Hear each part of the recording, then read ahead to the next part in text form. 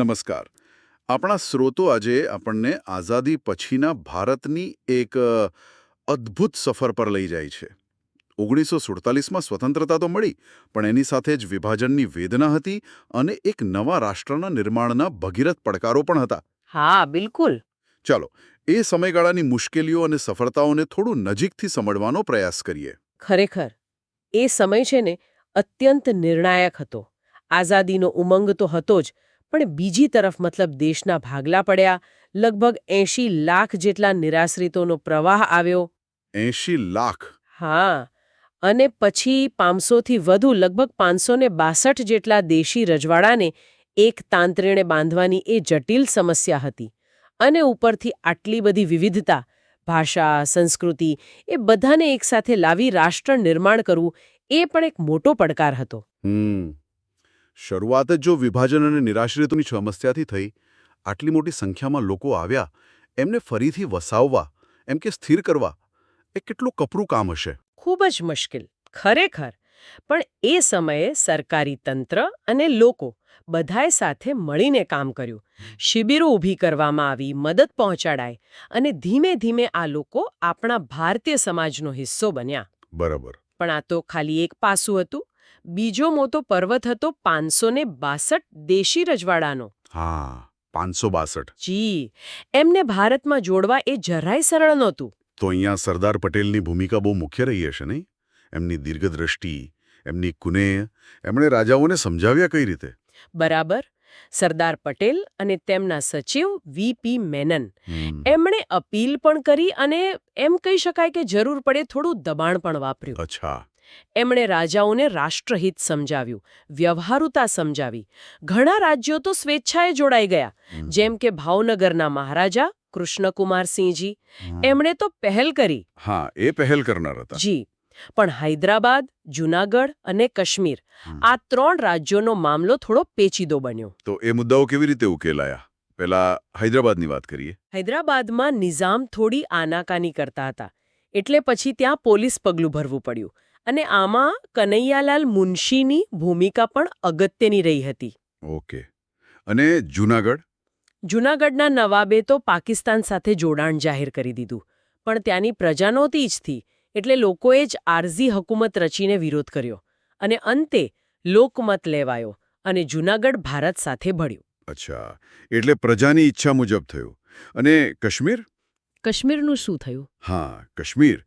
ત્યાં મહારાજા હરિસિંહે શરૂઆતમાં થોડો સમય લીધો, સહી ન કરી. પણ પછી પાકિસ્તાને આક્રમણ કર્યું, એટલે એમણે ભારતની મદદ માંગી અને જોડાણ ખત પર સહી કરી. ભારતીય સેનાએ પછી રક્ષણ કર્યું, પણ અફસોસની વાત એ છે કે કાશ્મીરનો લગભગ 3જો ભાગ પાકિસ્તાનના ગેરકાયદે કબજા હેઠળ રહી ગયો. જે આજે પીઓકે તરીકે ઓળખાય છે. બરાબર. પીઓકે પણ કાયદેસર રીતે તો કાશ્મીર ભારતનો જ અભિન્ન અંગ બન્યો. અને 1948ના અંત સુધીમાં લગભગ આ રાજકીય એકતા સ્થપાઈ ગઈ. તો આ રીતે દેશ એક થયો, પણ પછી દેશની અંદર રાજ્યોની સરહદો નક્કી કરવાનો પ્રશ્ન આવ્યો હશે. ભાષાવાર રાજ્યોની માંગણી ખૂબ પ્રબળ હતી એવું સાંભળ્યું છે. હા, એ માંગ બહુ જોરમાં હતી. શરૂઆતમાં તો એક કામચલાઉ વ્યવસ્થા હતી.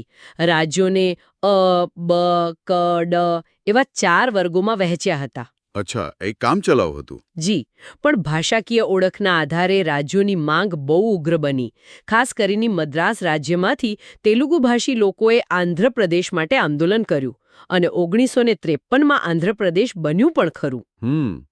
એ પછી સરકારે ડોક્ટર ફઝલ અલીના નેતૃત્વમાં રાજ્ય પુનર્રચના પંચની નિમણૂક કરી. એમણે આખો અભ્યાસ કર્યો અને 1956માં એમનો અહેવાલ આવ્યો. અને એ અહેવાલના આધારે શું થયું? એ અહેવાલના આધારે 1 નવેમ્બર 1956થી 14 રાજ્યો અને 6 કેન્દ્ર શાસિત પ્રદેશો અસ્તિત્વમાં આવ્યા. ઓકે, પણ એ 14 રાજ્યોમાં મુંબઈ રાજ્ય પણ હતું ખરું ને, જેમાં ગુજરાતી અને મરાઠી બંને ભાષી લોકો રહેતા હતા. તો એનું વિભાજન પછીથી થયું? બરાબર. એ દ્વિભાષી મુંબઈ રાજ્ય સામે જ ગુજરાતમાં મહાગુજરાત આંદોલન થયું. ઇન્દુલાલ યાજ્ઞિક, ભાઈલાલભાઈ, બ્રહ્મકુમાર ભટ્ટ જેવા નેતાઓ આગળ આવ્યા. હા, ઇન્દુ ચાચા. જી. લાંબો સંઘર્ષ ચાલ્યો અને આખરે 1 મે 1960ના રોજ મહારાષ્ટ્ર અને ગુજરાત એમ 2 અલગ રાજ્યો બન્યા. ગુજરાત સ્થાપના દિવસ. હા, પૂજ્ય રવિશંકર મહારાજના હસ્તે ગુજરાત રાજ્યનું ઉદ્ઘાટન થયું અને આપણા પહેલા રાજ્યપાલ મહેંદીનવાઝ જંગ અને પહેલા મુખ્યમંત્રી ડોક્ટર જીવરાજ મહેતા બન્યા. અચ્છા, ત્યાર પછી પણ રાજ્યોની પુનઃરચના ચાલુ રહી? બીજા નવા રાજ્યો બન્યા? હા, એ પ્રક્રિયા ચાલુ જ રહી. જેમ કે 1966માં પંજાબનું વિભાજન થયું અને પંજાબ અને હરિયાણા બન્યા. પછી પૂર્વોત્તરમાં ત્યાં ઘણા ફેરફારો થયા. અસમ, નાગાલેન્ડ, મેઘાલય, મણિપુર, ત્રિપુરા, અરુણાચલ પ્રદેશ, મિઝોરમ આ 7 રાજ્યો બન્યા. જેને સેવન સિસ્ટર સ્ટેટ કહેવાય છે. બરાબર, એ જ. પછી 2000ની સાલમાં 3 નવા રાજ્યો બન્યા. બિહારમાંથી ઝારખંડ, મધ્યપ્રદેશમાંથી છત્તીસગઢ અને ઉત્તર પ્રદેશમાંથી ઉત્તરાખંડ. હા. અને 2014માં આંધ્રપ્રદેશમાંથી તેલંગાણા અલગ થયું. અને સૌથી તાજેતરનો ફેરફાર એટલે ઓક્ટોબર 2019થી જમ્મુ કાશ્મીર અને લદ્દાખ એ 2 કેન્દ્રશાસિત પ્રદેશો બન્યા. ઓકે, તો આજે ભારતમાં કુલ 28 રાજ્યો અને 8 કેન્દ્રશાસિત પ્રદેશો છે. જી, બરાબર. આપણે દેશી રજવાડા અને બ્રિટિશ પ્રાંતોની વાત કરી, પણ હજુ ફ્રેન્ચ અને પોર્ટુગીઝ શાસન હેઠળના વિસ્તારો ભારતમાં ભળવાના બાકી હતા, ખરું ને? હા, એ પણ એક મુદ્દો હતો. ફ્રેન્ચોના તાબા હેઠળ પુડુચેરી, માહે, યનામ, કરાઈકલ, ચંદ્રનગર જેવા વિસ્તારો હતા. ત્યાંની સ્થાનિક પ્રજાએ જ ભારત છોડો જેવું એલાન આપ્યું. અચ્છા, ત્યાં પણ આંદોલન થયું? જી, અને પછી વાટાઘાટો થઈ અને ફ્રાન્સે સમજદારી વાપરી. 13 ઓક્ટોબર 1954ના રોજ આ બધા સંસ્થાનો ભારતને સોંપી દીધા. પણ પોર્ટુગીઝો થોડા વધુ જ જક્કી હતા. હા, દીવ, દમણ, ગોવા. હા, દીવ, દમણ, ગોવા અને દાદરા અને નગર હવેલી એમના કબજામાં હતા. એ લોકો છોડવા તૈયાર નહોતા. તો એમને કેવી રીતે મુક્ત કરાવાયા? ત્યાં લશ્કરી કાર્યવાહી કરવી પડી? પહેલા તો ત્યાં સ્થાનિક લોકોએ ગોવા મુક્તિ આંદોલન ચલાવ્યો. ઘણા સત્યાગ્રહીઓ શહીદ પણ થયા. સરકારે સમજાવટના ઘણા પ્રયાસો કર્યા, પણ એ નિષ્ફળ ગયા. એટલે અંતે ભારત સરકારે જનરલ ચૌધરીની આગેવાની હેઠળ ઓપરેશન વિજય નામનું લશ્કરી અભિયાન શરૂ કર્યું. ઓપરેશન વિજય? હા. 18 ડિસેમ્બર 1961ના રોજ પોર્ટુગીઝ શાસકોએ શરણાગતિ સ્વીકારી અને આખરે આ બધા પ્રદેશો ભારતમાં ભળ્યા. ચલો, આ તો થઈ રાજકીય એકતા અને સરહદોની વાત. પણ દેશ ચાલે અર્થતંત્રથી. તો આર્થિક વિકાસ માટે શું થયું? કઈ યોજનાઓ બની? એ માટે 1950માં આયોજન પંચની રચના થઈ. હવે આપણે એને નીતિ આયોગ તરીકે ઓળખીએ છીએ. જેના અધ્યક્ષ વડાપ્રધાન હોય છે. બરાબર. આ પંચે પંચવર્ષીય યોજનાઓ શરૂ કરી. પહેલી યોજના 1951-56માં આવી. આ યોજનાઓના ઉદ્દેશ્યો સ્પષ્ટ હતા.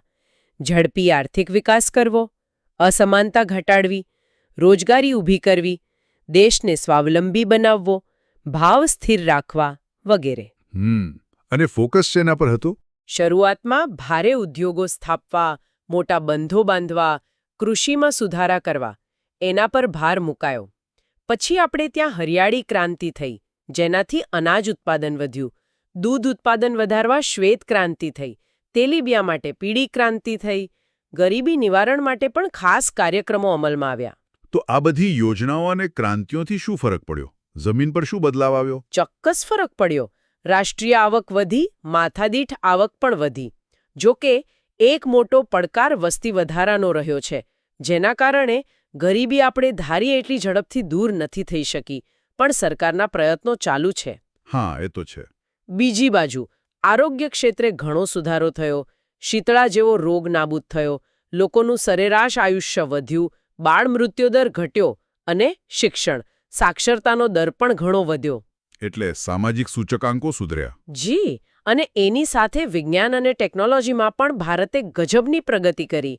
પરમાણુ ઊર્જાનો શાંતિમય ઉપયોગ હોય કે પછી ઉદ્યોગો જેમ કે ઇલેક્ટ્રોનિક્સ, ઊર્જા, સ્ટીલ, પેટ્રોકેમિકલ્સ આ બધા ક્ષેત્રો વિકસ્યા. અને અવકાશ સંશોધન, એમાં તો આપણે કાઠું કાઢ્યું છે. સાચી વાત. GSLV જેવા શક્તિશાળી રોકેટ બનાવ્યા, જેનાથી આપણે આપણા ઉપગ્રહો જાતે છોડી શકીએ છીએ. મંગળ અભિયાનની સફળતા તો આખી દુનિયાએ જોઈ. તો આટલા વર્ષો પછી જો આપણે વર્તમાન ભારતનું ચિત્ર જોઈએ તો શું કહી શકાય? ક્યાં ઊભા છીએ આપણે? જુઓ, સૌથી મોટી સિદ્ધિ તો એ છે કે ભારતે લોકશાહીને જીવંત રાખી છે. આટલી વિવિધતા છતાં નિયમિત સફળ ચૂંટણીઓ યોજાય છે, નાગરિકોને મતાધિકાર છે, પ્રેસને સ્વાતંત્ર્ય છે, નિષ્પક્ષ ન્યાયતંત્ર છે. આ બધું જાળવી રાખવું એ નાની સૂની વાત નથી. બરાબર. ભાષાકીય અને ધાર્મિક વિવિધતા આપણી તાકાત બની છે. આપણે એમાં એકતા જાળવી રાખી છે.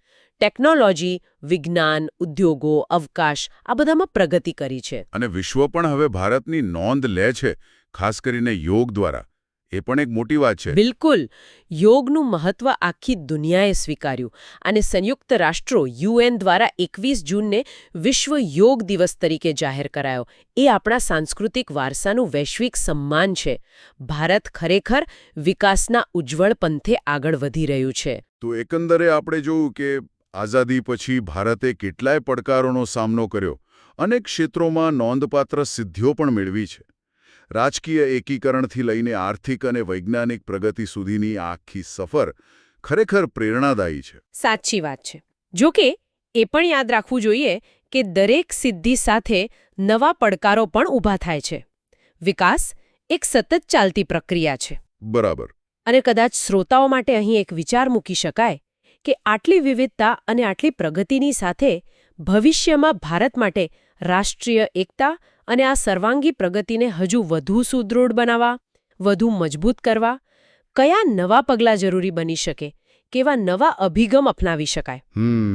આ એક પ્રશ્ન છે જેના પર આપણે સૌએ વિચારવા જેવું છે.